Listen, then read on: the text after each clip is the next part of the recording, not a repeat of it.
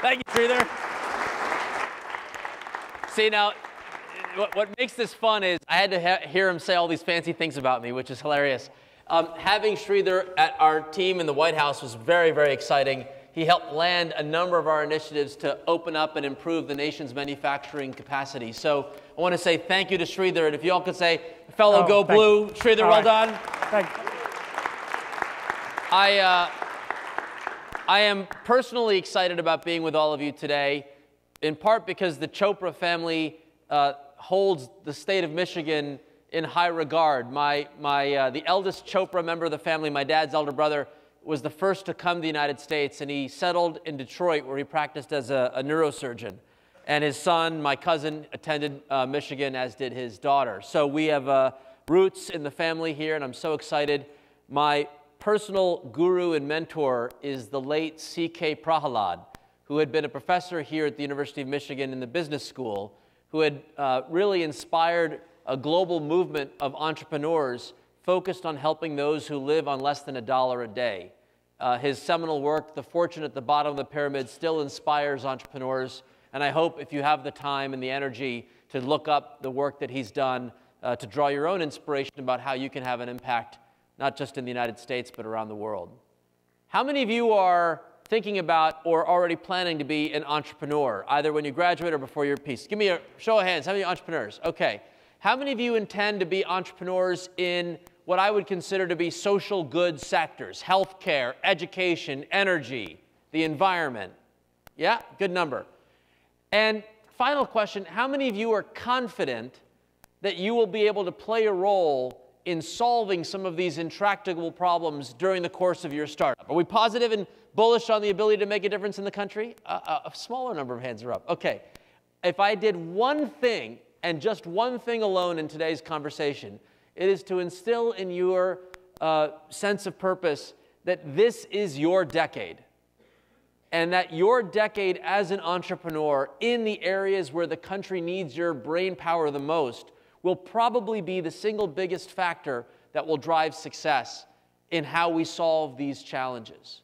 You know, I'm often asked in the quote you referenced from Clay Christensen, the notion of regardless of political party. I want to just take a moment on that before I dive in. There are people who have opinions about what the future looks like politically. One opinion is that one side of the political spectrum wins the proverbial battle royale and can govern for the next decade in a purely organized and self-contained way so that their vision of the country is executed. That's one theory. The other theory is that we're not going to have such battle royales. We're going to be in a world of conflict, and therefore nothing will get done. And you have this sort of pessimistic view, maybe depending on your political point of view, an optimistic view about the battle royale.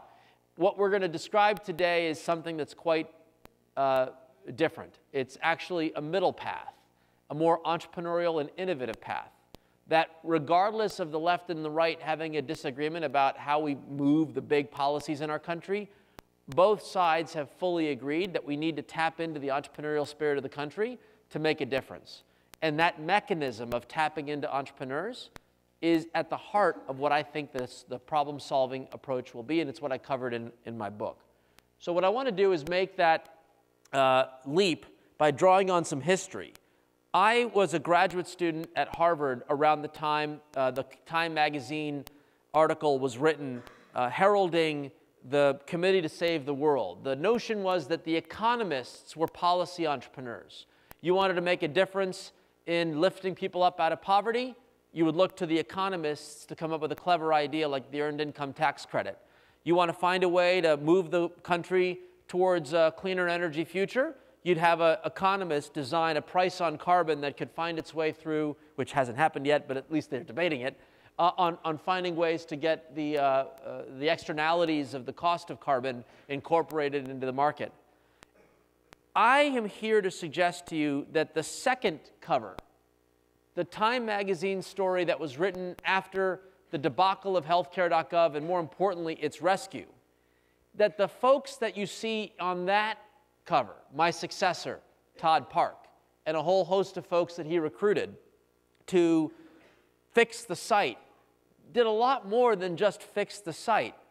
They've ushered in a new chapter where entrepreneurship in the public sector is now very squarely in the hands of engineers and entrepreneurs. And that this group is just getting stronger, and the methods, the techniques, the supporting infrastructure is only getting stronger. To describe for you in greater detail what this looks like, I want to put into context the importance of entrepreneurship in our society. What you probably have learned in class or through, I assume, in some of the statistics you may have heard in the beginning, startups are our economy. That is to say, we have enough churn in our economy such that large corporations add jobs and obviously destroy jobs to the point where all net new jobs have come from companies less than 5 years old. It is not small business, which politicians tend to just wrap their arms around and say we all love small business, and we all do and we all should, but it's new businesses, companies less than 5 years old, and you can see from the chart that have been disproportionately responsible for expanding America's economic pie. Traditionally, when you say startup, you're thinking Silicon Valley, you're thinking New York, you're thinking Boston, but critically, more and more of these entrepreneurial ecosystems are flourishing here in Ann Arbor. I've been spending the last couple days learning about how amazing the entrepreneurial ecosystem is here. Detroit desperately needs that vibrancy again.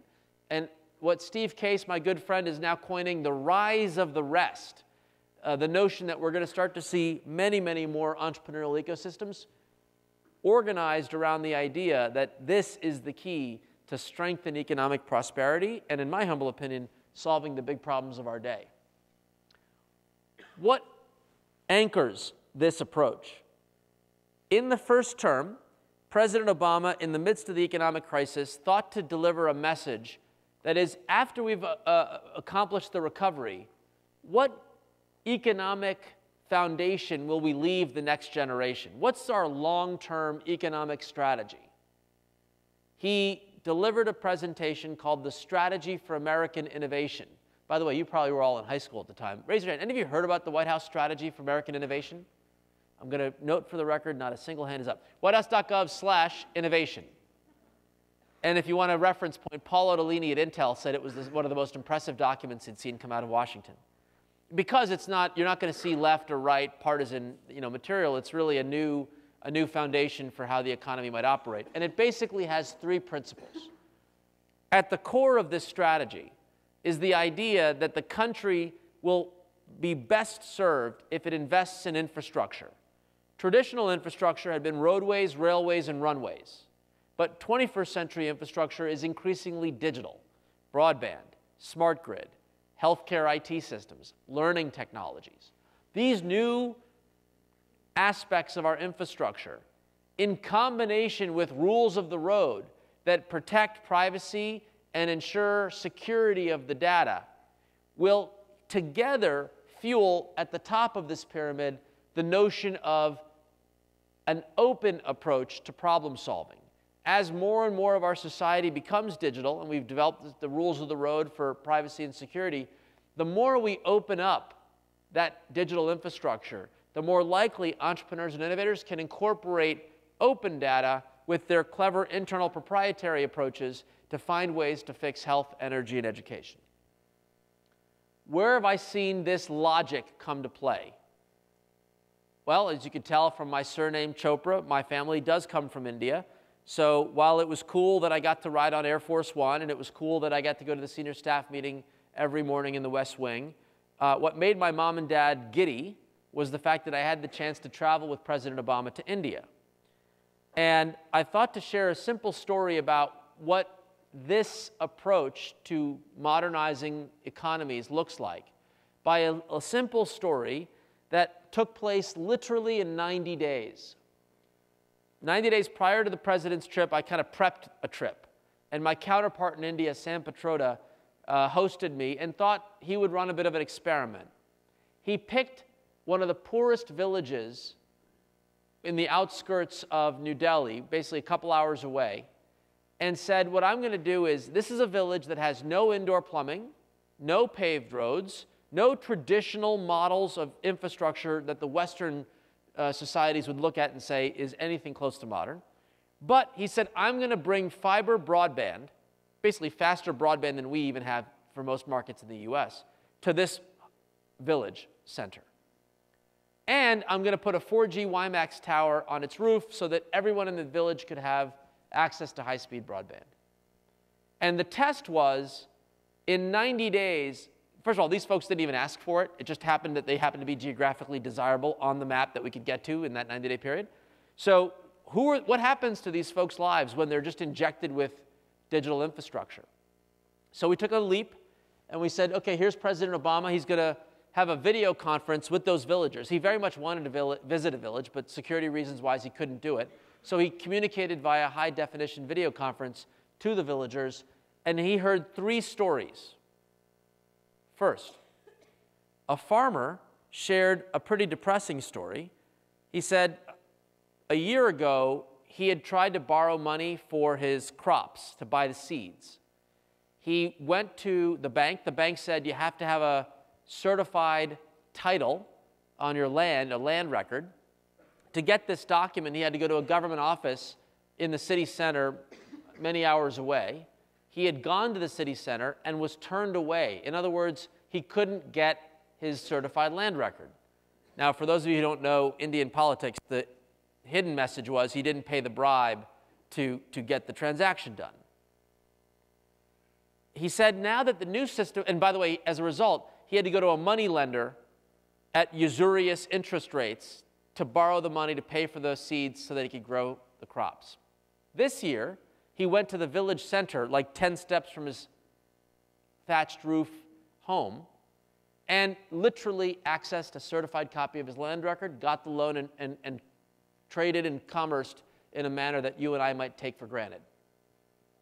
The second story was a nurse who visits the village to make sure that the kids are immunized. And prior to the digital infrastructure, she basically took advantage of the kids that she could find and see, but she didn't know exactly if she had the full roster and if they had actually gotten the shots. Now she can log right in to, when she visits the village, pull up the most active roster of the kids in the village and their immunization history, so she can be much more precise about making sure the right kids got the right vaccinations and are up to speed. Last, a young man, not unlike you, was in, actually in this case, graduate school. He was in business school. His grandmother was in the village, and she had fallen ill, and nobody was capable of taking care of her, so it was on his shoulders. He would have to drop out of school to care for his grandmother, or he could ignore her in her hour of need and finish his studies so that he could have a better life. That is a terrible choice to make. He instead had the opportunity to finish his coursework through distance learning from the village, caring for his grandmother. When President Obama heard these 3 stories, he had nothing more to say than the single word, leapfrog. That is to say, countries all around the world are in a position now, when they go digital, to bypass a lot of the bureaucracy and the 20th century infrastructure, going to the office, the friction, the talking to the attendant, and go straight to these 21st models, where they can access the information that they need and they can be empowered to be more successful in their lives. And that story of leapfrog, if it can happen in a rural village in the middle of nowhere in India, holds promise for what it means if we can fully harness these capabilities right here in the United States and in the hands of entrepreneurs and innovators to build products and services that can make our lives better. Now, it is obvious that this is exciting and positive, but there's risk and concern. For many, the challenge is how do you go digital and open up at a time when we're trying to lock it down and secure the information that's increasingly digital. And you can see DARPA has helped us define the problem very clearly. The lines of code in all of our software for basically threat detection continues to grow and grow and grow, but the attack vectors can stay as small as possible. So for any of you who know anything about asymmetrical warfare, this is a crappy proposition. What this basically means is that your enemy can attack you with the single, simple little attack vector while you've got to build ever stronger moat to protect your digital assets. This is a tough problem to solve. Entrepreneurs are hard at work to change the game, and I'm happy to have a conversation if you're curious about some of the things that are happening. But acknowledging up front that we're going to have to make sure our security posture is right. And then, as the president noted in 2012 with his Internet Privacy Bill of Rights, as more and more of our own data becomes available on the internet, we want to have more control over the use and the reuse of that data. In our Bill of Rights, we spoke of the idea that individuals should be able to have the ability to set the control panel that says share, not share, use for this purpose, and not use for this purpose. We're a long ways from that in the consumer internet world, social networks and the like, but in the regulated sectors in health and energy and education, these are bedrock principles. So, on to the main event. What is it that entrepreneurs and innovators can do to plug in to a more entrepreneurial mindset in the public sector? To answer this question, I thought I'd share 3 case studies that inspired my approach in the White House. They come from Procter & Gamble, Amazon, and Facebook. At Procter & Gamble, the CEO famously said a decade ago that 50% of all new products and services should come from ideas outside of our internal lab network. I asked the then CTO, Bruce Brown, "What a bummer, Bruce. Did your boss just say that you're only good for half the ideas in the business? Like, is this a big embarrassment on you that you can't carry the ball?" And he said quite the opposite. It was liberating. It allowed me to look beyond our internal walls to find great ideas. And I said, "Okay, tell me more."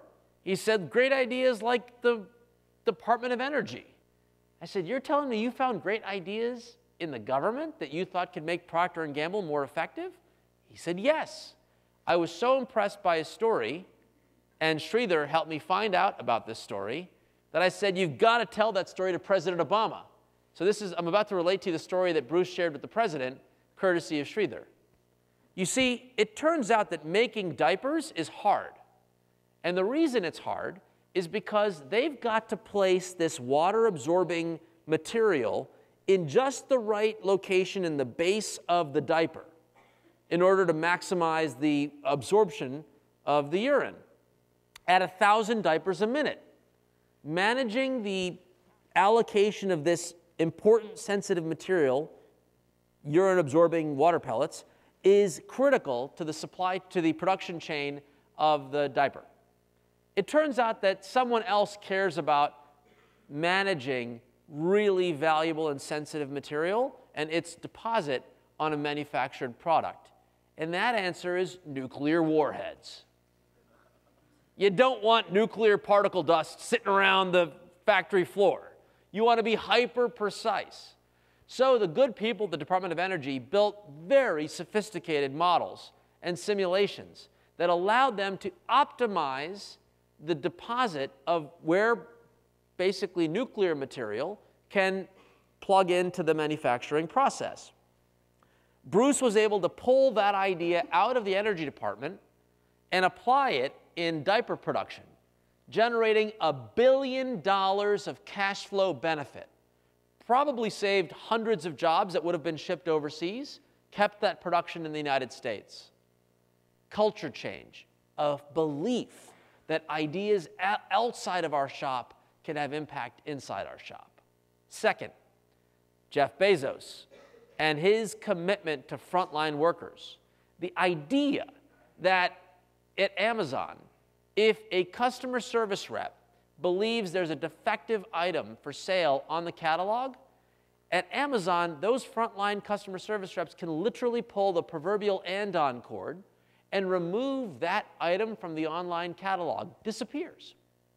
And the manager can't reinstate that item into the catalog until they've done an exhaustive search to figure out whether or not it's been vetted for quality. So that is very empowering. And it makes me understand that in the government's context, the 3 million federal civilian workers have ideas too, and we should find a way to tap into their expertise like Bezos did, empowering frontline workers to make business judgment. Lastly, Facebook. I'm assuming all of you are on Facebook. I had the pleasure of joining Sheryl Sandberg at an event where she shared some data that blew my mind. At the time, Facebook had about 3,000 employees. And the topic of our visit was the jobs and industries of the future, and specifically how the tech industry can fuel opportunities for economic growth. In preparation for the visit, Cheryl asked her staff to produce a number. How many people hold the job title Facebook developer, under the assumption that developers are going to be a big growth sector? Anybody here want to venture a guess? 3,000 employees. How many people have the job title Facebook developer? I'm going to cold call. Yes, sir. We'll give you your best shot. 3,000. That's one option. I want to hear one more option. 120. And then a third option. Okay, 50, 120, 3,000. The real answer, 35,000. Do your students take math? Something doesn't add up. 3,000 employees, 35,000 Facebook developers. And the answer, for those of you who build on Facebook, know, it's because they opened up their platform. Nike can hire a Facebook developer to build the Nike Facebook app. And as a result, the number of people who are building on the developer platform can dramatically exceed the actual number of people supporting the platform itself. And that got me thinking, holy moly, force multiplier. If we have 3 million federal civilian workers, does that mean we could get 30 million developers to build government apps? And what would that look like in terms of healthcare.gov and FAFSA forms and you name it? So that idea, culture, believe in your frontline workers, open up the developer platform to connect to external stakeholders, was at the heart of what the president launched that I call the Open Innovation Strategy, which, if you know nothing else, just means the following words: handshakes and handoffs. An innovative state is all about handshakes. The ideas, like I just outlined, are all bipartisan. Democrats and Republicans want to open up more data, want to convene the private sector to work on standards that lower barriers to entry and promote collaboration. We want to issue challenges and prizes so we can find problem solvers that are non-traditional. And we want, when we have an operational mistake in the government, to operate more like a lean startup. All 4 of these ideas that I outlined in the Open Innovators Toolkit are in law because Republicans and Democrats said, we want this to happen. Handshakes. This is not a dream of the future. These are all law and happening now. But an innovative state doesn't happen because the Republicans and Democrats have shaken hands.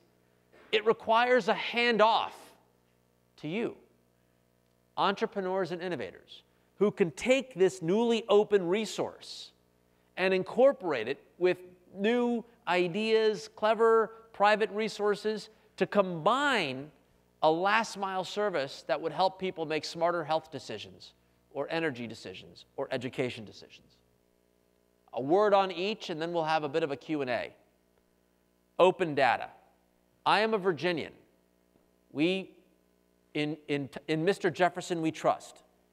With Mr. Jefferson, he was our nation's first open data innovator. He was a weather nut. He would record the weather twice a day, every day, even on this interesting day called July 4th, 1776, where in Philadelphia, he bought some equipment and recorded that it was 76 degrees and mild.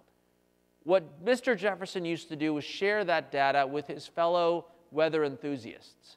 And when he became President Jefferson, he dispatched Lewis and Clark to go forth to the West, but to record data and to make that data available upon their return. Opening up that data has been at the DNA of weather from the time of Mr. Jefferson's experience. Today, we have a $5 billion industry of weather apps. Weather.com, Weather Channel, Yahoo Weather. But the underlying data comes from the National Oceanic and Atmospheric Administration, a government agency. Opened up the data and allowed the private sector to build better last-mile products and services. That's now the new default in the White House. Every federal agency has been told to behave like the Weather Channel, like the weather.gov, to provide some retail data if you wish, but wholesale access to the information.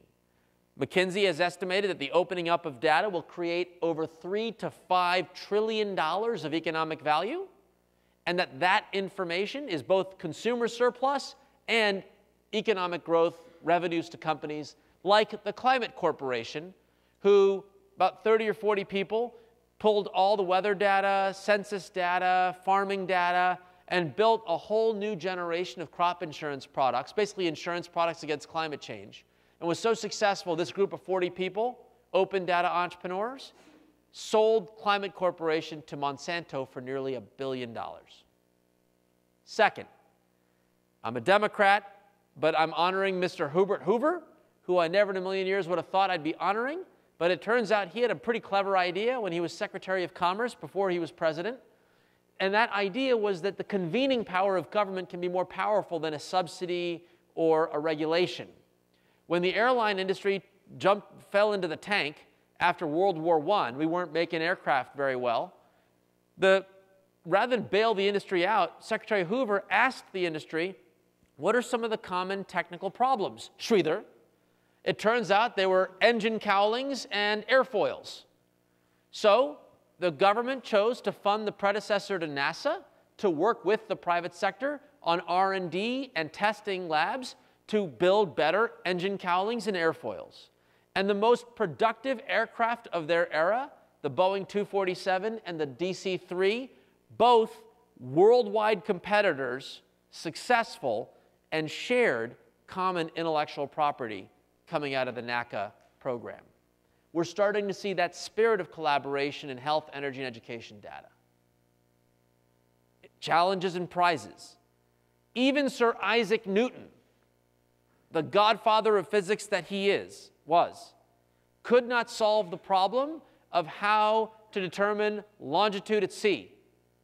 And if the good people of the UK could not answer this problem, many, many people's lives would be in danger, like the 1,000-plus naval soldiers who lost their lives in Scilly because of the inability to determine longitude.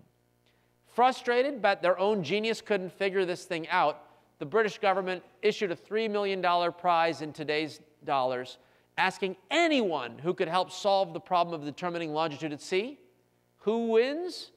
A local watchmaker by the name of Harrison, who, if you did a list of the top 50 people to solve a physics problem in the country, would not appear on the list. And yet, there he was, eventually designing the chronometer. Modern-day Harrisons abound.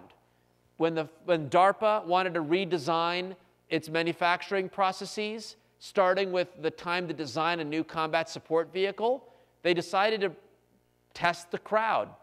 They offered a whopping $15,000 prize. And the conclusion? For 3 weeks, which, by the way, it takes the military 3 weeks to put a comma into an RFP, for 3 weeks, they offered anyone on Twitter and Facebook the chance to design a combat support vehicle capable of medevacing 2 injured soldiers.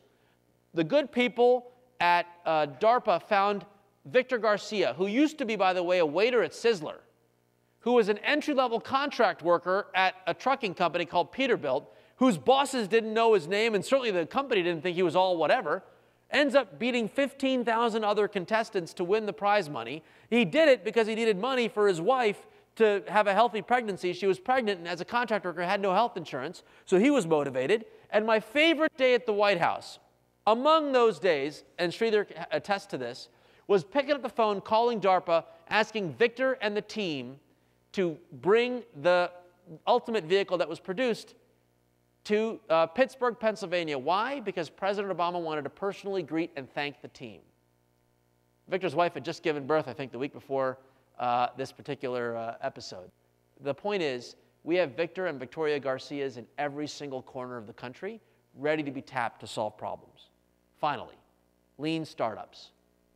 If you think about what it takes to solve problems, the first startup agency that came out of the last Obama administration was the Consumer Protection Bureau. A lot of politics.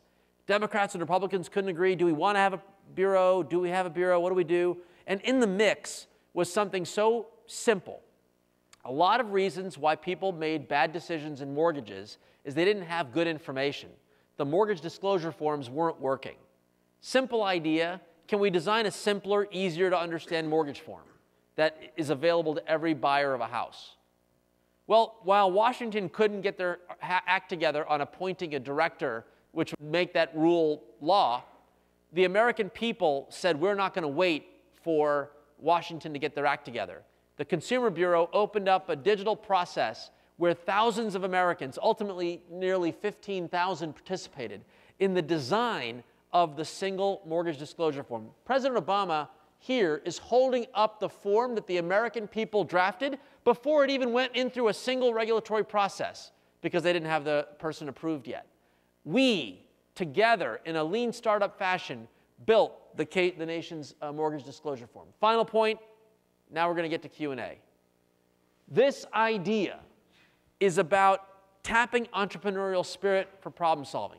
Healthcare.gov was a disaster, but in its full story, it's actually an inspiration. A quick minute. When the law was being debated, this dude, Ed Mullen, was a regular Joe graphic designer in New Jersey who was frustrated at the political debate. He said if only the American people could see what a health exchange marketplace looks like, they might like it and want the law. So without any procurement, funding, or anything, he designed myhealth.gov, this screenshot. And thanks to Twitter, mentioned my colleagues at the White House. We saw said design. And the first thing we're like, who the heck is Ed Mullen? And the second thing was, hire the guy. So 90 days after the law was signed in March of 2010, we had to produce healthcare.gov, the shopping portal, and Ed was recruited as the lead designer. When we ultimately built the site, we didn't really care if people went to healthcare.gov. We wanted people to be able to access the data wherever they wanted to. So we made a wholesale API that third parties could access. So US News & World Report built the US News & World Report Health Insurance Finder. The entire database is the original healthcare.gov, even to this day. But more importantly, startups got into the act. Uber has surveyed their drivers and found that 60% of them needed help choosing a health plan. Uber found a startup called Stride Health that offers personalized health insurance recommendations based on whether or not your needs. So in the case of an Uber driver, it could be those that are likely to get back pain. The entirety of that startup, all the data that fuels it, comes from the original healthcare.gov. We are building applications, products, and services on top of a more innovative public. And that's the world that we're in. If you want to serve your country, join the administration to be an entrepreneur in residence. If you want to make a ridiculous amount of money, start a business in health and energy and education, and then shake the president's hand after you've made $1 billion and got more kids to college, got better health care delivery, figured out ways to double energy productivity. This is our time. And the president has been on fire recruiting people, from my successor, Megan Smith, to a whole range of others, coming from some of the best and the brightest. Thank you for hearing me out. Now let's have some conversation. Thank you very much.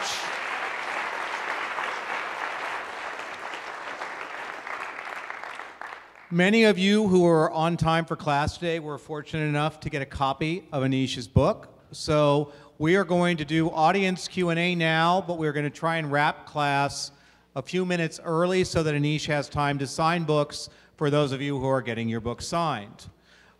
John is in the audience, and the first 5 people, I believe, who asked questions who didn't get a book on the way in will have a chance to receive a book simply by asking a question. Oh, what an incentive! I'll start things off, though, by asking you, Aneesh.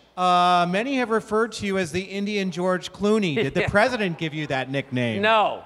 If you ever want to be nervous about getting fired, in the White House, the big thing that they manage is who gets to talk to the public. So they don't let the nerds out, basically. I didn't have a chance to do a lot of press briefings or whatever because that's not our thing. There are people that do that professionally. The one time I got the chance to speak to the public was to release the Open Government Directive, and it was a live webcast on whitehouse.gov, not a huge audience. But I fumbled the lines, and I started making a fool of myself and laughed that I couldn't believe I'm live on whitehouse.gov and I'm making a fool of myself. Nobody saw it, so we're like, okay, who cares, no big deal, except for one person, Jon Stewart.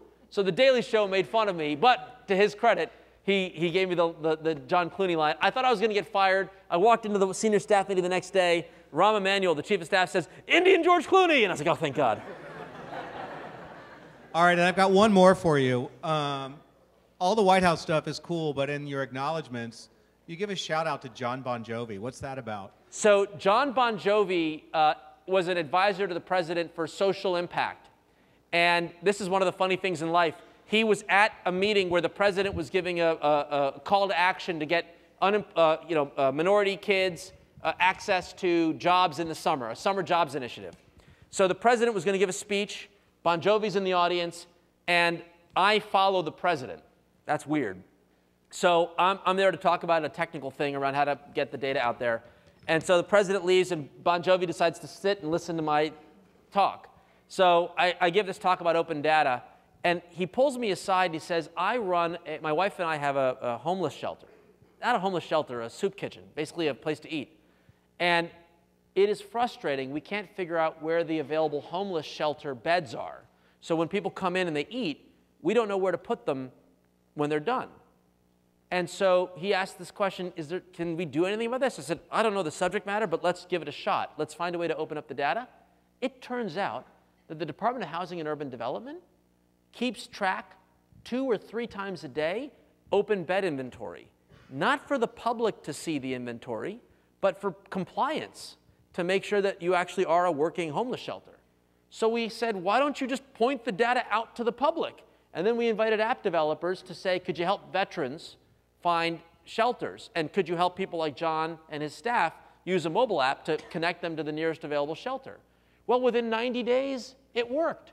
John then came as a believer in open data. He keynoted the Open Data Health Data Palooza. And if you want to watch an amazing speech, his 3-minute speech introducing this story, he just speaks from the heart as to what you could do to help make people's lives better. And so I gave him a shout out because he used his brand to draw attention to this very important opportunity. And if you can see in him the passion, you might want to respond. Okay, let's go rock and roll. Wherever you pick him up. John's got the microphone, John. Going out to the audience for the first question. What's your name? My name's Jake. I'm a senior. I love the talk, and what really stood out to me was the idea of government as a convener. Thank you. So my question is, what areas do you see today where we could bring that kind of convening? Yes. And how can we do that as non-government people in our own lives? Health, energy, and education. Let's stick with education. Right now, the number of kids who qualify with SAT scores to get into Michigan but don't apply because they don't understand that they could get in or that the financial aid may not be enough is a pretty depressing statistic. Just ask yourself how many kids in the state of Michigan could benefit from this amazing institution but don't even apply because of a lack of awareness. We could start to think about ways we could improve guidance counselors who have 1 million students that they're responsible for in each high school, but to think about tools that can automate and make it easier for them to filter which kids are likely candidates for these, and then to eventually make it easier for them to apply. The question there would be, it's the convening role. Who has access to the underlying data? High schools could adopt the My Data initiative as a pilot and say, we're going to give students their own data back. You could go and say, hey, if those students give the data to me, I can pre-qualify them and encourage them to match to a school that's better. And then you could work with the admissions office in Michigan and say, hey, by the way, would you pay me $5 for every successful route? I'm making this up here. I have no idea. The point is, you could do it every week. It's all good. stitch together these stories by asking the question, what data is currently hidden that, if made more transparent, could do this? And what law constrains or enables my ability to access this? And if there are no common approaches, could I get 3 or 4 of them to say, let's do this in a common way? So an app developer writes one code, and any participating high school contributes the data that way. So you could start to build these local ecosystems of stories, and you can make a difference. Hospitals can do it, others. We're going to go to the next one, John. So you talk about using innovation and technology to bring together both parties in Congress and in government. Yep. Have you thought about, what do you think about using technology and innovation to connect foreign heads of state that aren't necessarily amicable? Yeah. And using that to efficiently and progressively to help humanity? That's exactly what Samantha Power did. So my colleague in the White House, who's now UN ambassador, we launched, the president gave a speech at the UN in 2010. And he said, I don't care if you're an ally of the US or not.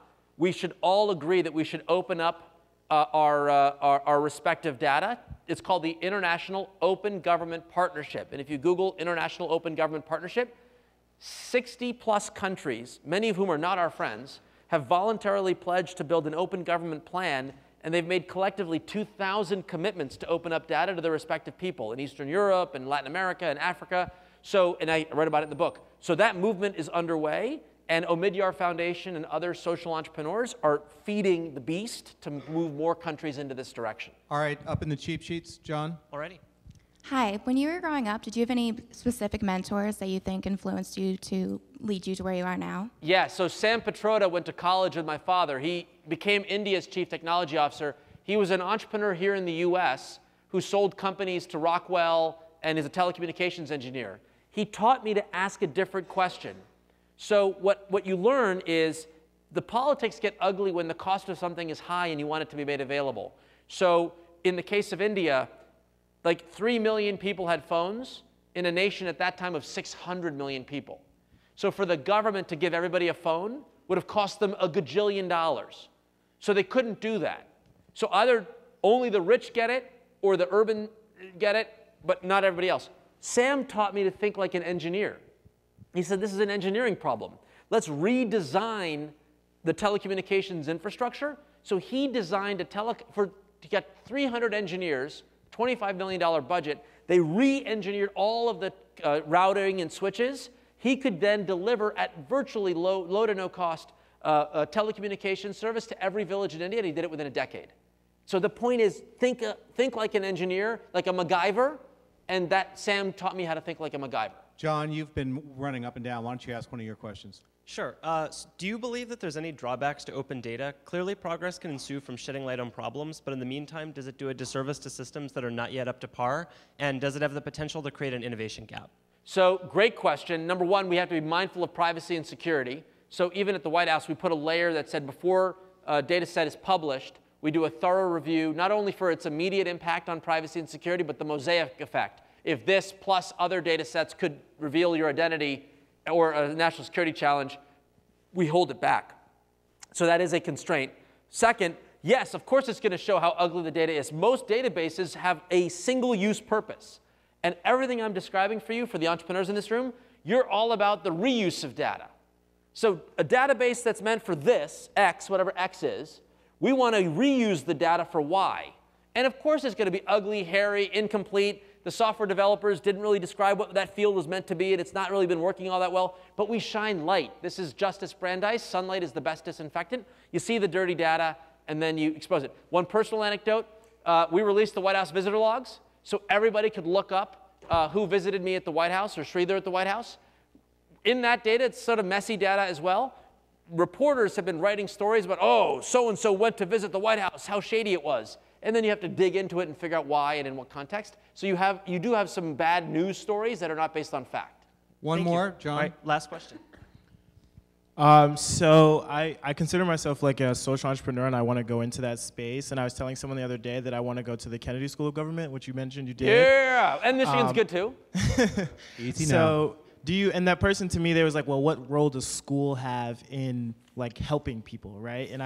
And I've been asking myself that question. So I was wondering if you could answer like, how did your like education help you like to ultimately achieve all that you've achieved? Oh, so it's a hard question because I've been beating up my dean at the Kennedy School to say that a lot of the tech stuff that I ended up doing was not taught to me directly at the Kennedy School. But I'll make one observation. One, when you go to a graduate school like in Michigan or at the Kennedy School, you get 1 million people flooding the place, so your networking ability and your listening and your ability to understand problems and ways to solve them is like 10x more than it'd be if you're on your own. So number one, being there in immersive culture is critical. Two, I did have the chance, the Kennedy School taught Harvard Business School, Harvard Law School, Harvard Kennedy School, jointly taught a course, Internet and its impact on society, business strategy, social good.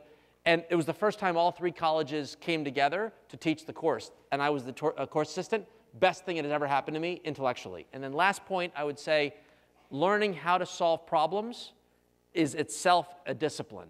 And and going to graduate school will teach you how to solve problems, and you might even do it at the undergraduate level. It's kind of what you do in an entrepreneurship course, so I'm sure you've got the same thing. What is the problem you're trying to solve? What are the clever ways to solve it? Training that muscle, going to the gym and working out that muscle, you're going to get more and more of that if you go to graduate school. All right, let's have one more big round of applause. Thanks, everybody. For Aneesh. Thank you very much. Entrepreneurship is everywhere.